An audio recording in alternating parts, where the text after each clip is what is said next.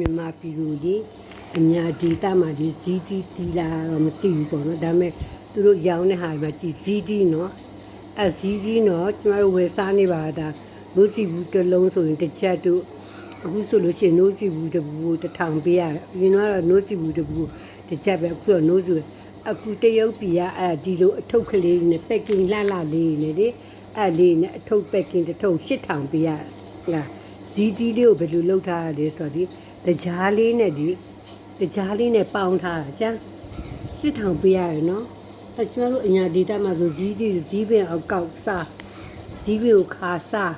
ဇီးပင်ကိုတကျူနဲ့ချူစားသူတို့ကအဲ့လိုလုပ်တာပက်ကင်လေးတွေလှလှလေးတွေနော်ဒါဆိုလို့ရှိရင်မကျန်ဒီလိုလေးနော်ဇီတီလေးကိုမြင်ရတယ်နော်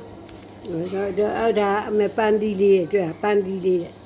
ပန်းဒီအသေးလေးဟုတ်လားမဟုတ်လားမသိဘူးနော်အဲ့ဒါလေးကိုပေါင်းထားတာရေနွေးကအောက်မှာတတ်ဒီအပေါ်မှာဒီတကြားနဲ့အဲ့အတီးလေးကိုနေထားလိုက်ပြီးတော့ဒီဟိုပေါင်းထားလိုက်တဲ့ခါကျတော့အဲ့ပေါင်းထားတဲ့အသားကဘယ်လိုဆိုကြည်သွားပြီးတော့ဒီနုသွားပြီးတော့ဒီချိုညာပေါ့နော်အဲ့ဒါ8000ပြရတယ်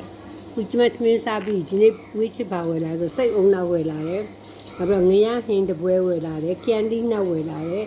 နောက်ပြီးတော့ဘူးတီဟင်းကျုံဝယ်လာတယ်နော်ကျမစားပြီးအခုကျမအခုဒါပန်းဒီအလုံးလေးကိုတကြားလေးနဲ့နေပြီးတော့အလုံးတိတိလေးကိုလေပေါင်းထားတာနော်